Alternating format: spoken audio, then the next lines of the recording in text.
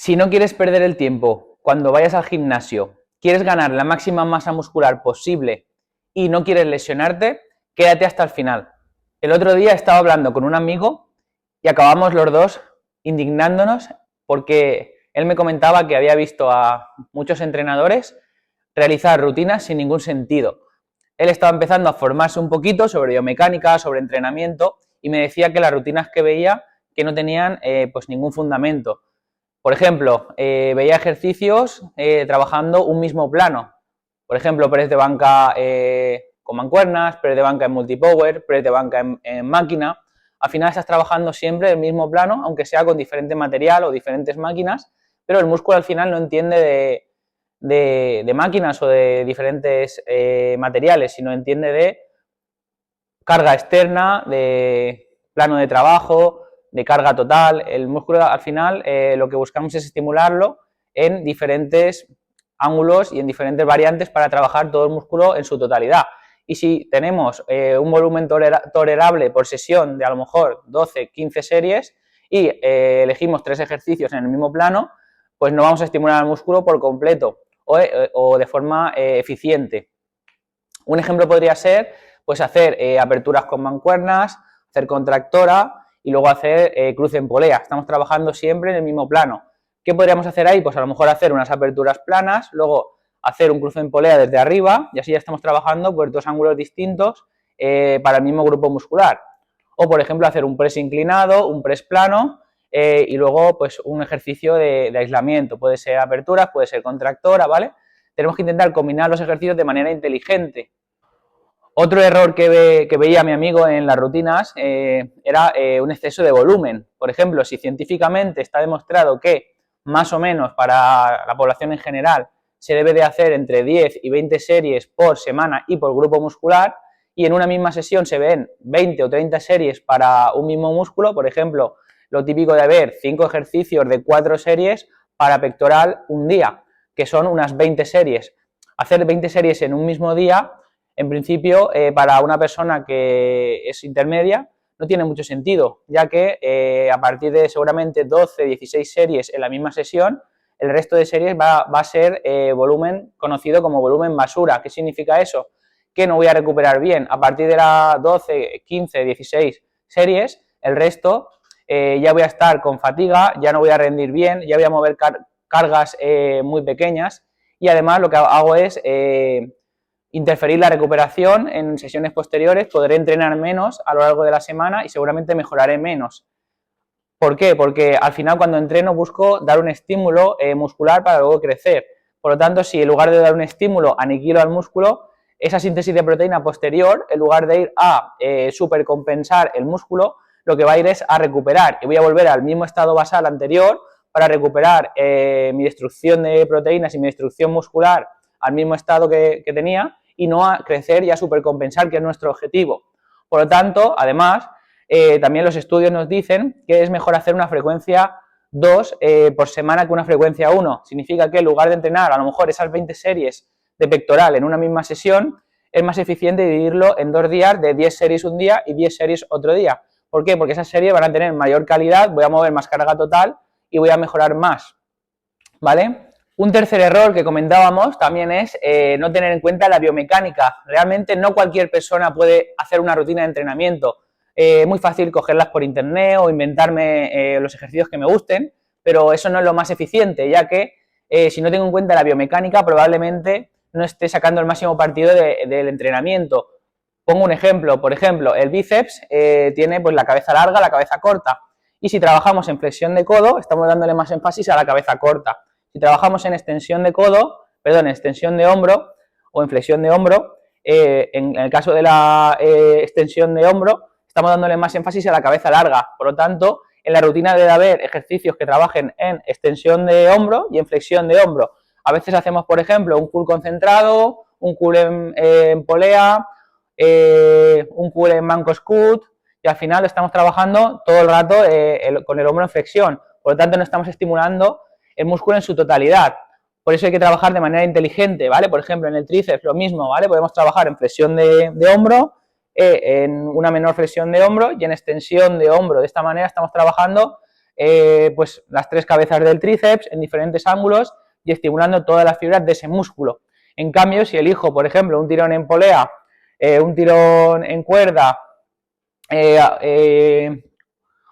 hago, por ejemplo, solamente un press cerrado y una flexión diamante, estamos trabajando el mismo ángulo y por lo tanto estamos estimulando las mismas fibras, aunque sean ejercicios diferentes, ¿vale? Por eso hay que ser inteligente y trabajar acorde a la biomecánica, que es lo más importante para organizar los ejercicios.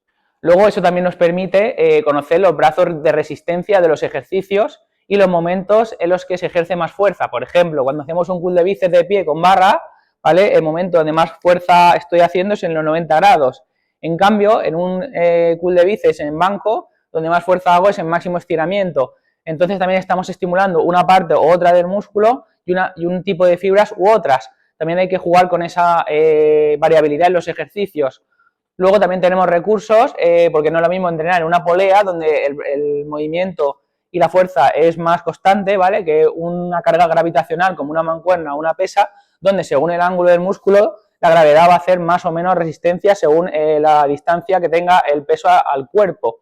Por eso a veces se puede jugar con gomas, por ejemplo, cuando unas elevaciones laterales, ¿vale? Con mancuernas, donde más estoy trabajando es aquí, donde la pesa está más alejada del cuerpo. En cambio, aquí prácticamente no estoy haciendo nada de fuerza, ¿vale? Entonces aquí se puede combinar, por ejemplo, el ejercicio pues con una goma elástica que tire desde aquí para trabajar en un recorrido más constante, en una tensión más constante, o por ejemplo en unas aperturas de pecho lo mismo, ¿vale? La gravedad va a hacer que cuando estoy aquí, al estar boca arriba, voy a tener mucha más carga en la parte final del movimiento, en el máximo estiramiento, porque el peso está más alejado del cuerpo.